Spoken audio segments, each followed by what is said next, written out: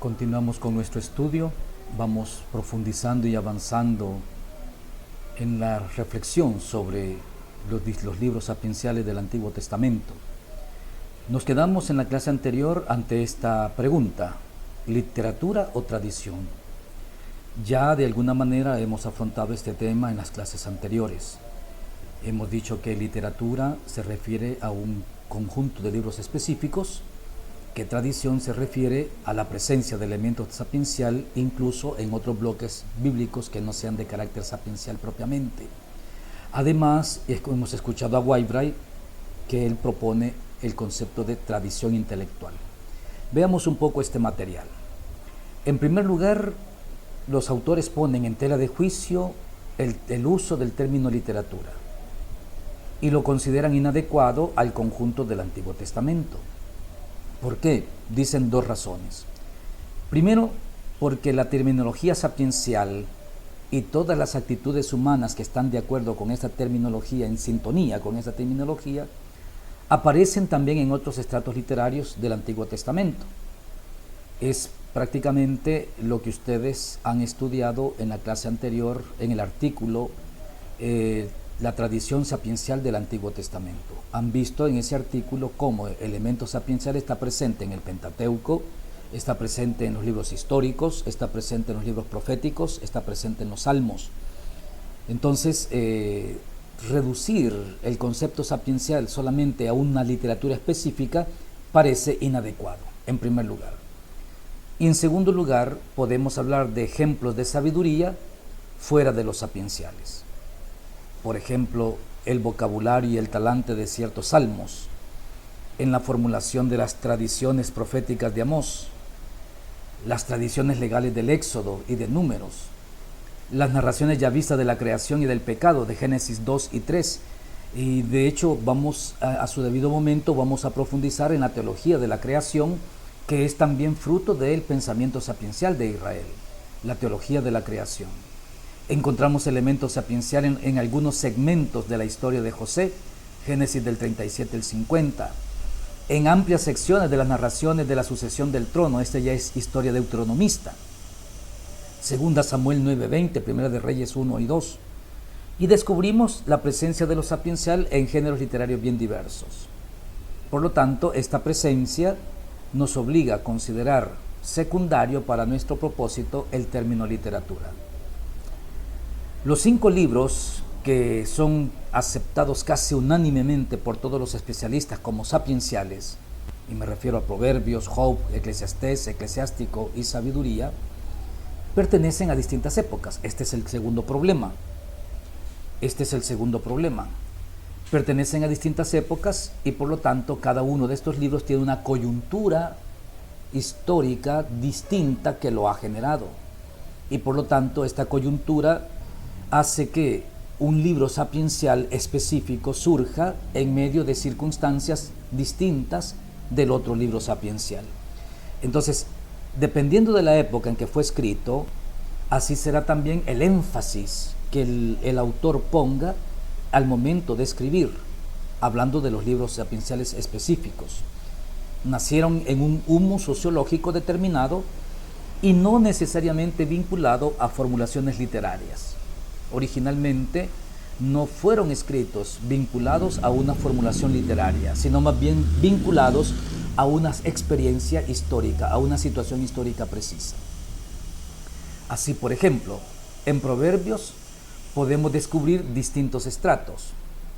Fíjense, descubrimos encabezamientos, o sea, partes, digamos, no, textos textos que dan pie a un cuerpo.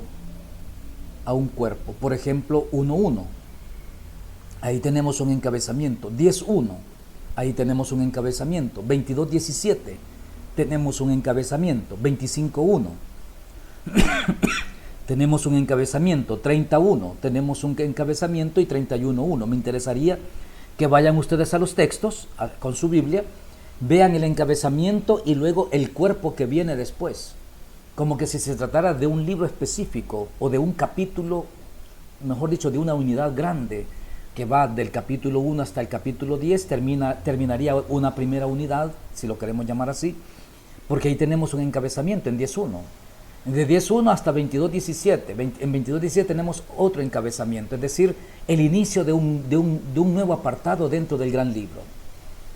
Entonces, cada encabezamiento puede indicar una etapa, una época, una coyuntura histórica en que ha sido escrito y se pone énfasis en un aspecto. Vean ustedes en qué se pone énfasis en el primer apartado, del 1.1 hasta el 10, del 10.1 hasta el 22, del 22.17 hasta el 25, del 25.1 hasta el 30 y del 30.1 hasta el 31 y del 31.1 hasta el final. ¿En qué pone énfasis? Y ese énfasis indicaría la época o la coyuntura histórica en que ha sido escrita. Pueden ser coyunturas continuas o intermitentes. También en Proverbios encontramos diferencias en cuanto a las formas que utiliza. En un apartado podemos encontrar el género instrucción, en otro un proverbio aislado. Podemos encontrar distintas formas de redacción para poder presentarnos a nosotros, lectores, el cuerpo de su trabajo. Y luego podemos encontrar también en Proverbios intereses teológicos particulares. Entonces, sería interesante, lástima que el tiempo no nos permite detenernos mucho en esto, pero sería interesante en cada bloque de los que hemos visto los encabezados, descubrir qué formas utiliza, qué formas literarias utiliza y cuáles son los intereses teológicos que tiene. Entonces, todos estos elementos, ¿verdad?, apuntan a un esfuerzo redaccional, a una labor editorial, se edita, que reúne en una obra prácticamente un precipitado de siglos. O sea, en el libro de los Proverbios, en el libro de Eclesiastés, en el libro del Eclesiástico, podemos encontrar nosotros distintos apartados que han sido escritos en distintas épocas y que nos presenta distintas formas literarias, distintos recursos literarios, distintos intereses teológicos, pero formando un solo libro. Formando un solo libro, pero con contenido de distintas épocas. Por este motivo, es que también el adjetivo sapiencial se está poniendo en cuestionamiento por parte de los autores. Fíjense, una vez descartado el término literatura en favor del objetivamente más adecuado tradición, ahora los autores ponen en cerco el adjetivo sapiencial. Si realmente se preguntan si realmente el adjetivo sapiencial responde a estas dos particularidades que hemos señalado. Primero, la presencia de contenido sapiencial en los distintos bloques bíblicos del Antiguo Testamento. Y segundo, que los libros propiamente sapienciales no han sido escritos de una sola vez y no pertenecen a la misma época y por lo tanto reflejan el pensamiento, la situación, la coyuntura de una época distinta y tienen intereses distintos, ¿verdad? Un punto en el que ponen el énfasis, un énfasis particular. Entonces, estos dos aspectos hacen que los autores se pregunten, ¿es adecuado el adjetivo sapiencial? ¿Verdad? Porque en nuestra cultura occidental, por ejemplo, este adjetivo sapiencial y su sustantivo correspondiente, que es sabiduría, presenta a nivel de significado común, unos límites que vuelven penoso el esfuerzo de adecuar este sustantivo y este adjetivo a la realidad bíblica. Por ejemplo, en nuestros ambientes, el sabio, ¿quién sería? El sabio sugiere una persona erudita, persona especializada, que es experta en un campo, en una rama del saber, una persona ensimismada en su tarea, hasta tal punto que vive en ocasiones ajenas a la realidad cotidiana que le circunda. Cuando yo estudiaba en la Gregoriana, habían leyendas allí dentro de la Gregoriana que se contaban entre compañeros de que los padres jesuitas, los expertos, estudiosos que vivían en la universidad, algunas veces morían en sus habitaciones investigando. Y nadie se daba cuenta de que habían muerto hasta que ya no llegaban, ya no aparecían en las clases, los iban a buscar a sus habitaciones y ya estaban muertos. Es leyenda, obviamente, pero ese sería el concepto de sabio. Una persona ensimismada, que vive encerrada en su mundo, un ratón de biblioteca. Esto no es, desde luego, el prototipo de persona que el autor o el pensador hebreo tiene en mente cuando utiliza el sustantivo hakam, no, perdón, el adjetivo hakam o el sustantivo hokmah. Está pensando en otro tipo de persona, no en alguien ensimismado, especializado en un aspecto como un doctor, no. Ante esta inadecuación, entonces, los especialistas han ensayado definiciones equivalentes. Aquí volvemos a nuestro amigo Whitebright, ¿verdad?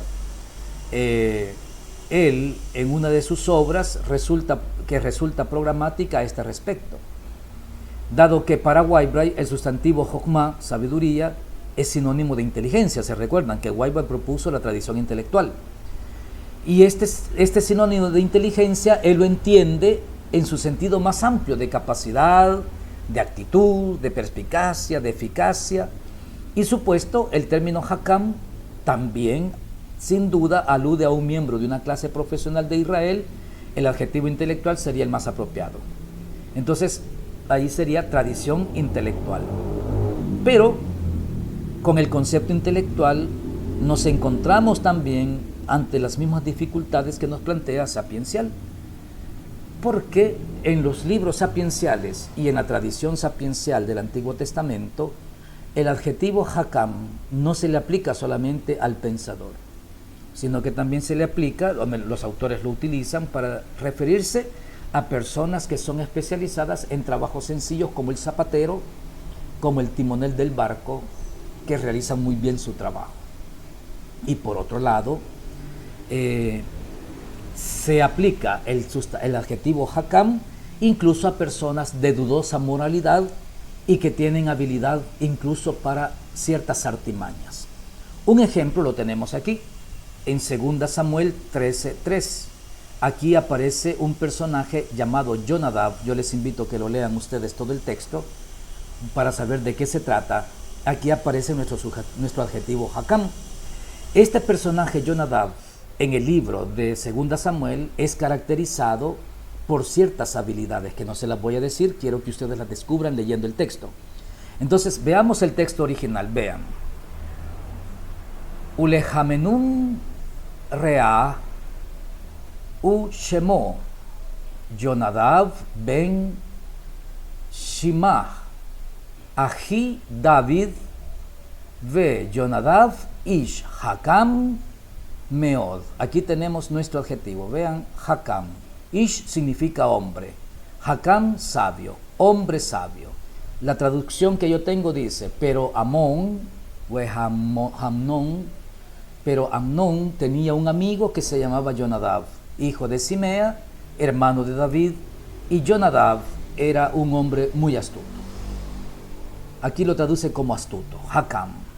No sé sus traducciones, vean sus traducciones como tienen ustedes, si lo traduce de manera distinta, pero cuando ustedes lean todo el texto y las características que presenta el texto bíblico en esta persona llamada Jonadab, van a descubrir ustedes que el concepto hakam se aplica a distintas categorías de personas, con distintas habilidades, no solamente sapienciales y no solamente intelectuales. En el ámbito de actitudes intelectuales difícilmente caben la astucia y las argucias de Jonadab. Esa maña, la maña, nosotros en buen salvadoreño decimos la maña, este bicho es mañoso, sabe hacerla. El Jonadab tiene esa habilidad, por eso es un hakam. No es recto moralmente, no es un intelectual, no pertenece a una clase pensadora, pero se le aplica el adjetivo ish hakam, hombre sabio. Por este motivo es que von Rad rehúye las definiciones excesivamente técnicas y prefiere hablar de una tradición didáctica. ¿Verdad? Que lo que tenemos en la escritura es una tradición didáctica. Y el adjetivo podría funcionar porque saben ustedes que la sabiduría israelita y en general la sabiduría de todo el Próximo Oriente tiene una tendencia educativa. Por eso el calificativo propuesto por von Rad podría resultar sumamente adecuado. Sin embargo, también tenemos una salvedad. Decir didáctico connota en general una tarea escolar. Desde esta perspectiva no sería ajustado el uso de tal adjetivo para definir la sabiduría bíblica. Porque, como vimos con Crenshaw, sostiene que sí existe una clase, no, Whitebright sostiene la existencia de una clase élite, intelectual, organizada, pero también sostiene la existencia de una sabiduría popular. Entonces, desde ese punto de vista, lo escolar quedaría pobre porque la sabiduría popular no se transmite de manera sistemática, sino que se transmite así, de manera espontánea. Pero si nosotros ampliamos legítimamente el espectro significativo del adjetivo didáctico, podríamos identificarlo con educativo. Entonces vean el recorrido que venimos haciendo. De literatura sapiencial pasamos a tradición sapiencial. De tradición sapiencial hemos pasado a tradición intelectual. De tradición intelectual hemos pasado a tradición didáctica. Y de tradición didáctica pasamos ahora a tradición educativa. Queda justificada la expresión tradición didáctica si dentro de lo didáctico ponemos énfasis en el aspecto educativo, porque efectivamente la sabiduría bíblica se caracteriza por un decidido impulso hacia la formación integral del hombre. La formación integral del hombre, y eso sería educativo. Pero aquí damos otro paso. Si es educativo para la formación integral del hombre, entonces aquí cabe ensayar el adjetivo humanista. Entonces ya no sería tradición educativa, sino que sería tradición humanista. Ustedes investiguen a qué se refiere humanista, ¿verdad? Hay toda una corriente de pensamiento, el humanismo. Entonces vean ustedes en qué consiste la corriente humanista y a qué se está refiriendo específicamente. Es un fenómeno decididamente complejo, porque si nosotros, junto con este recorrido que estamos haciendo, asumimos el adjetivo humanista, entonces la sabiduría debería responder una serie de preguntas. Por ejemplo, ¿qué es bueno para el hombre? Y ahí estamos en el ámbito moral. ¿Qué es legítimo para el hombre? Y ahí estamos en el ámbito legal. Esa bondad, estamos en la actitud, el factum, la actitud ante la vida y la actitud de la autopreservación, la legitimidad, el debitum ético, que se presentan como horizonte de las actitudes y las actividades del ser humano. Entonces, si nosotros nos inclinamos por humanista, la sabiduría tendría que responder estas preguntas para mantener equilibradas las relaciones sociales y también orientados hacia la dimensión vertical de las relaciones con el Creador. Lo moral, lo ético, lo jurídico, lo bueno, lo legítimo. Entonces, relaciones sociales, y a esto agreguémosle la dimensión vertical de las relaciones con el Creador. Entonces, en el mundo de la sabiduría, el israelita tiene conciencia de su singularidad, ¿verdad? Lo que ya escuchábamos nosotros de Murphy, la autoconciencia, distinto del otro, pero en relación con el otro. Pero sabe que ésta debe ser armonizada socialmente y también teológicamente. Todo esto puede ser definido como humanista. Ahora, hasta ahí podríamos tener ya un punto de llegada. El recorrido histórico, al menos esta reflexión histórica está entre los autores, estas distintas propuestas. Pero ahora vamos a afrontar otro problema. O sea, las propuestas quedan aquí abiertas para ustedes. Todo, literatura sapiencial, tradición sapiencial, luego tradición intelectual, luego tradición didáctica, luego tradición educativa, tradición humanista. Las propuestas están para ustedes.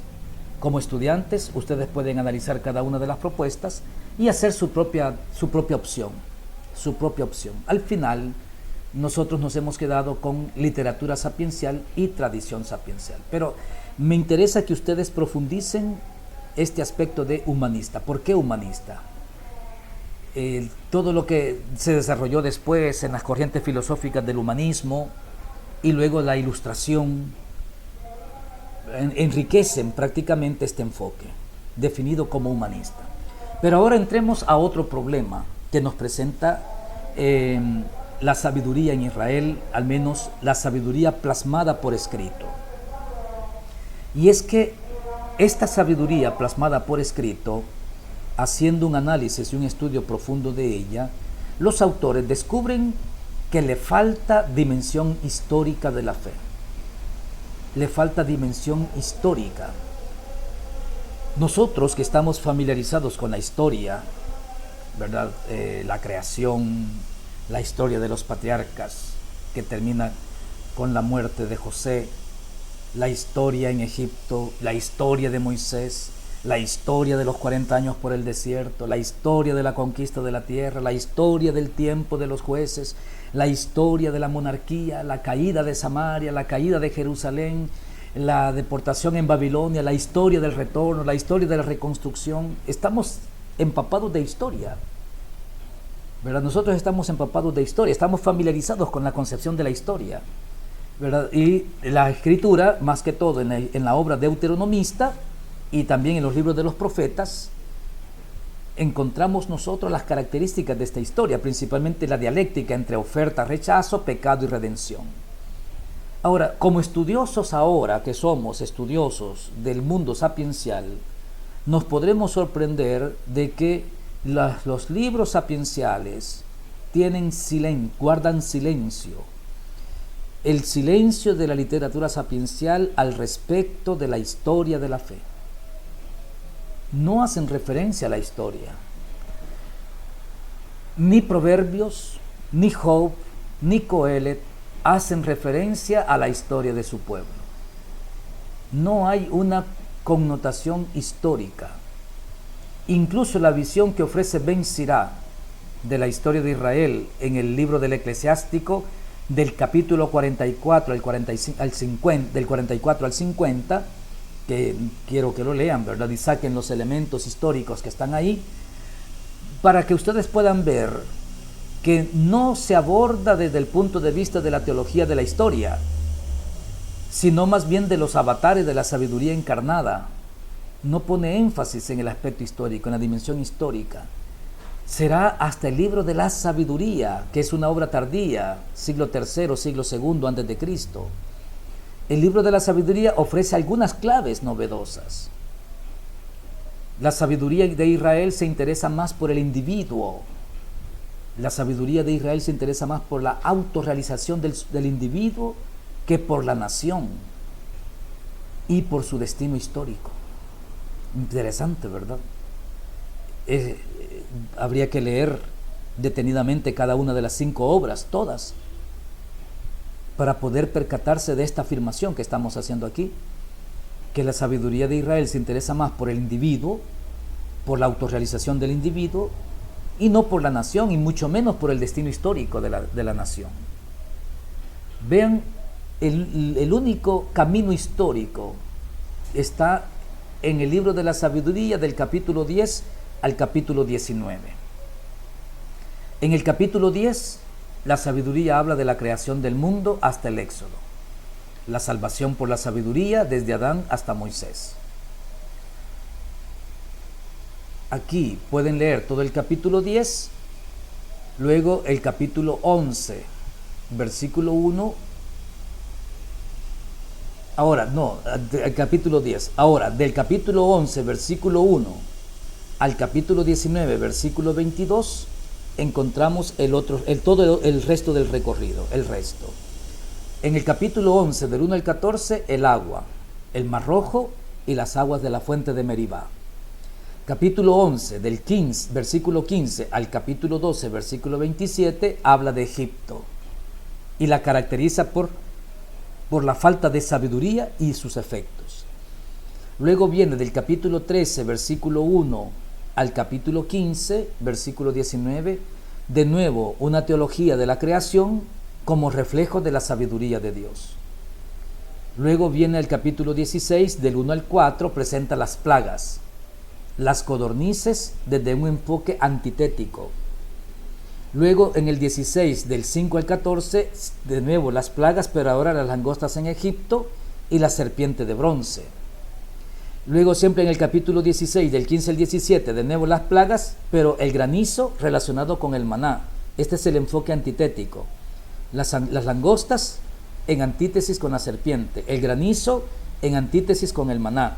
Para terminar en el capítulo 17, versículo 1, al capítulo 18, versículo 4, donde siempre habla de las plagas, la tiniebla. Y allí en antítesis con el desierto, la columna de fuego, donde pone en contradicción la insensatez del pueblo y la sabiduría de Yahvé. Insensatez, sabio, siempre en relación antitética. Para llegar al capítulo 19, versículo del 1 al 9, el mar rojo, antítesis, castigo, liberación. Y luego terminamos con el capítulo 19, del 10 al 22, toda la experiencia de Egipto, salvación, esclavitud. Y ahí termina un ciclo. Y de aquí en adelante ya no vuelve a tocar más aspectos de la historia de Israel, ¿verdad? Aquí prácticamente solamente el inicio. Luego todo el recorrido por el desierto, la conquista de la tierra por Josué, la experiencia de los jueces, nada. No está presente en la literatura sapiencial desde el punto de vista histórico, desde el enfoque histórico. ¿Por qué? Bueno, posiblemente la razón esté en el hecho de que la sede, mejor dicho, el origen de la reflexión sapiencial es bien posterior. Y como decíamos antes, la reflexión sapiencial responde más bien a situaciones y necesidades coyunturales que está viviendo el pueblo de Israel. De ahí la importancia de esta figura histórica, Salomón, que se considera como el patrono de la sabiduría en Israel, el santo patrono de la sabiduría en Israel. Es así tan importante esta figura que en la Sagrada Escritura hay tres obras sapienciales que se atribuyen a Salomón. Entonces aquí tenemos, oigan bien, una coyuntura específica que se caracteriza por tiempos de paz. La monarquía en Israel siempre fue una monarquía conflictiva. Había pleitos continuamente con los otros pequeños reinos que estaban alrededor, especialmente con los hititas, con los filisteos, con el mundo de los fenicios, Tiro y Sidón, y de la Transjordania con los amonitas como con los moabitas, aunque estos fueron más en tiempos de los jueces. Pero Saúl, por ejemplo, durante su reinado siempre estuvo en pleito, en guerra. No le quedaba tiempo para pensar, para la poesía, ni tampoco para escribir. David igual. David estuvo en constante conflicto con los jebuseos, con los hititas y también con los filisteos. Pero David tiene esta característica, que él logró derrotar a sus enemigos. Por lo tanto, deja a su hijo Salomón en el trono en una época de paz. Salomón no tiene que pensar en estrategias militares para defenderse de los filisteos, no tiene que pensar en estrategias militares para defenderse de los fenicios, no tiene que pensar en estrategias militares para defenderse de los hititas. No, Salomón le toca vivir un periodo de paz. Y este periodo de paz permite que en el reinado de Israel, bajo el trono de Salomón, se pueda desarrollar todo un ambiente cultural, poesía, literatura y obviamente pensamiento. Veamos lo que dice Proverbios 1:1. Vean. Mishle Shelomo ben David Melech Yisrael. Esto se traduciría como Proverbios de Salomón, hijo de David, rey de Israel. Entonces aquí está diciendo que los proverbios son de Salomón. Vean lo que dice Eclesiastés 1:1. Divrei Kohelet ben David Melech Birushalam. Entonces, palabras del predicador, hijo de David, rey de Israel, de Jerusalén. Birushalam. Entonces ahí tenemos prácticamente que el autor, no sabemos, porque verdaderamente no son obras de Salomón, estas son muy posteriores. Salomón ya había muerto cuando fue escrito el libro de los Proverbios, el libro del Eclesiastés, pero han querido hacer el patrocinio, han querido tomar el patrocinio de Salomón para este tipo de literatura, considerando la coyuntura, ¿verdad? Tomen en cuenta esto siempre, la coyuntura, la situación, la circunstancia histórica. Vean lo que dice Sabiduría 9:12, está en griego porque saben que esta obra no está escrita en hebreo, es deuterocanónica. Entonces en griego dice, kai estai prosdecta taergamu, kai diacrino ton laon sudicaios, kai esomai axios tronon patros mu. Mi traducción dice, así mis obras serán aceptadas, juzgaré a tu pueblo con justicia y seré digno del trono de mi Padre. Vean ustedes sus traducciones, también de Eclesiastés, vean sus traducciones, que dicen, me interesaría que tuvieran distintos tipos de traducciones, ¿verdad? Unos que tengan la Biblia de Jerusalén, otro que tenga la Biblia de mi pueblo, del pueblo, otro que tenga la Biblia latinoamericana, otro que tenga la Nácar Colunga, ¿verdad? Distintas Biblias, para que vean ustedes las distintas traducciones. Y si tienen formato de Biblias en formato electrónico en su computadora, también vean las distintas traducciones, en modo tal de que puedan ver cómo las traducciones muchas veces no responden y no respetan el texto original. Sin embargo, nos enriquece. Ok. ¿Por qué se pone a David como patrón del pensamiento sapiencial si él prácticamente vivió 500 años antes? O sea, 500 años después de la muerte de Salomón. ¿Por qué se pone a Salomón, como patrono, como la figura principal? Si 500 años después de la muerte de Salomón es que comienza toda esta reflexión sapiencial propiamente dicha. La base está fundamentalmente en los relatos de Primera de Reyes capítulo 3, que obviamente lo van a leer, si es posible pongan pausa en este momento al video y saquen sus textos y lean Primera de Reyes capítulo 3, lean Primera de Reyes 5 del 9 al 14 y lean Primera de Reyes 10 del 1 al 13. Van a encontrar aquí distintos relatos en donde se pone a la figura de Salomón a la cabeza, con este tipo de patronazgo sobre la sabiduría. Y por otro lado, van a ver ustedes cómo estos relatos, que son prácticamente leyendas, están cultivadas y embellecidas en los ámbitos judío, en el ámbito árabe, en el ámbito etíope y en el ámbito cristiano. Están embellecidas y cultivadas. Es decir, no solamente en lo que dice ahí, sino que se exagera aún más, sin pensar que desde el punto de vista histórico es anacronista, está fuera del tiempo. ¿Por qué se hace? Bueno, lo que podemos decir nosotros es que con respecto a la historicidad de este patronazgo de Salomón, con respecto al pensamiento sapiencial, verdaderamente no corresponde, ¿verdad? Los textos de Primera de Reyes que hemos mencionado arriba no corresponden, pero tampoco podemos negar, oigan bien, tampoco podemos negar que por la coyuntura que le tocó vivir a Salomón, no haya habido en su corte cierta actividad literaria.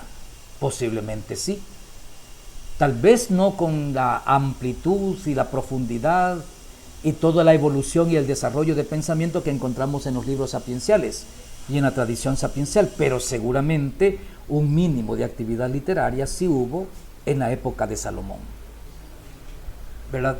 Visto que ya no tuvo que preocuparse por las guerras, seguramente Salomón tuvo que crear una poderosa administración central, que implicaba al menos la contratación de personal especializado, personas especializadas ya no solamente en la lengua hebrea, sino que también especializados en los restos de los idiomas de la comunidad internacional, ¿verdad? La lengua de Babilonia, la lengua de Asiria, la lengua de la Anatolia, la lengua de Egipto, con quienes entraba en contacto. Y junto con estos expertos en idiomas contemporáneos, seguramente la época de Salomón exigió consejeros políticos, especialistas en derecho, diplomáticos. Eso quiere decir que no solamente hubo necesidad de responder a un nivel cultural adecuado a la época, sino también a un dominio del lenguaje y luego a una pericia en el discurso, algo cultivado con delicadeza en el mundo de los sabios. Salomón vio la necesidad de ponerse a la altura de los otros pueblos, a nivel de estructura, de organización y también a nivel de pensamiento. Repito, tal vez no fue una gran producción literaria, pero un mínimo de producción seguramente comenzó en la corte de Salomón. Es un posible intento de establecer un tipo de gobierno administrativo que se asemejase al menos al modelo patrocinado por Egipto. Salomón pudo muy bien haber sido una especie de mecenas de las artes en Israel, en la capital, en Jerusalén, en su época. Solo que datos históricos no tenemos. Por lo tanto, esto quedaría solamente a nivel de especulación. Y por eso la valoración que estamos haciendo debe ser sostenida con mucha cautela. Ahora, si fuera así, podemos perfectamente afirmar que el rey se interesó activamente en la promoción de la vida intelectual de la corte. En su época debió de caracterizarse, entre otras cosas, por el comienzo de una febril actividad dirigida a recopilar y dar forma a las tradiciones literarias del antiguo Israel. Por lo menos escribir un poco sobre sus orígenes, un poco de reflexión sobre su raza y darle ese origen divino. Así opina al menos una serie de especialistas. Ahora, esta actividad lleva consigo una amplitud de miras respecto a las posibilidades de conocimiento, que incluiría propuestas de modelos de conducta, estudio de las distintas facetas de la personalidad individual, intereses científicos y el cultivo de la retórica, por lo menos estos aspectos. Propuestas de modelos de conducta, de eso está lleno, ¿verdad? El contenido, de ese tipo de contenido están llenos los libros propiamente sapienciales, modelos de conducta, estudio de las distintas facetas de la personalidad individual, ¿verdad? El niño, el joven, el adulto, el adolescente, el anciano, el letrado, el rico, bueno, todos. Intereses científicos, al menos en aquella época, y cultivo de la retórica. La retórica que siempre ha sido una ciencia bien vista. Esta apertura, forjada bajo la influencia de algunas culturas vecinas y especialmente Egipto, propiciaría la emergencia de un espíritu humanista. Y volvemos nuevamente a este concepto, humanista. ¿A qué se refiere? Ustedes lo van a investigar. Es posible, dicen algunos autores, que esta orientación ilustrada, humanismo, ilustración, ¿verdad?, favoreciese una nueva comprensión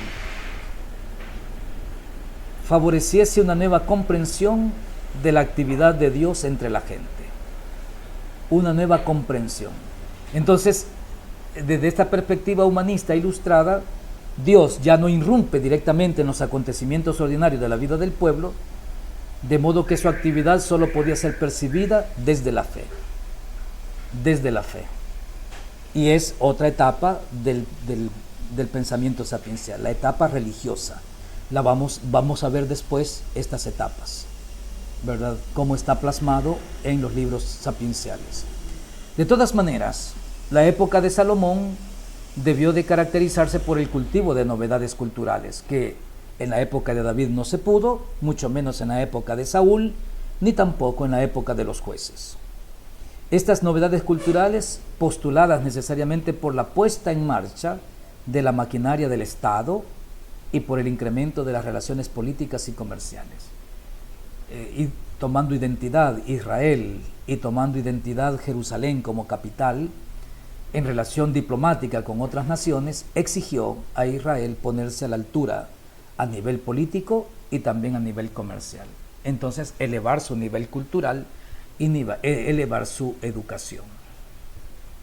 En este proceso se comienza entonces a poner de manifiesto la distinción entre sacralidad y profanidad. Y esta distinción responde a planteamientos modernos de la antropología religiosa inaplicables a Israel. Inaplicables a Israel. En Israel no se da la distinción entre sacralidad y profanidad, porque para Israel todo es sagrado. La afirmación de que en el periodo salomónico desapareció la interpretación sacral de la realidad resulta débil en virtud de la evidencia. Incluso la evidencia literaria demuestra lo contrario. No se da la separación entre sacralidad y profanidad. En cambio, cuando ustedes estudian el concepto de ilustración y humanismo, sí, ¿verdad? En la corriente filosófica moderna van a descubrir de que el humanismo y la ilustración separa lo sagrado de lo profano. En cambio, aquí, aunque hemos hablado de humanismo, en Israel no se da esta separación. Al propio tiempo que admitimos el cultivo de lo literario en la corte de Salomón, también nos parece desmesurado concebir aquella época como el gozne decisivo sobre el que gira la puerta que nos permite el acceso al mundo de la sabiduría. Como dije antes, no es que hubo la gran producción, sí, hubo seguramente una pequeña producción literaria, pero no todo el material que nosotros conocemos como material sapiencial. Si los relatos de Primera de Reyes que mencionábamos anteriormente, que estas leyendas sobre Salomón pertenecen al mundo de la leyenda, entonces ¿de dónde proviene el patronazgo salomónico de la empresa sapiencial? Es fácil de responder. Nos encontramos con una leyenda salomónica hondamente arraigada en la historia de Israel. Si damos como probable que fue en la corte de Salomón donde se inició el proyecto sapiencial, recopilación, cultivo de las tradiciones epigramáticas de Israel, dado también con otros proverbios de Salomón que recogieron los escribientes de Ezequías, según Proverbio 25.1, entonces no hay que indagar otras razones para justificar la autoría de Salomón de algunos libros sapienciales. No de todo el libro, pero por lo menos de algunas máximas, o algunos proverbios, o algún mashal. Del mismo modo que, fíjense, este es propio de la corriente semítica en Israel, de la tendencia semítica, o de la influencia semítica en Israel.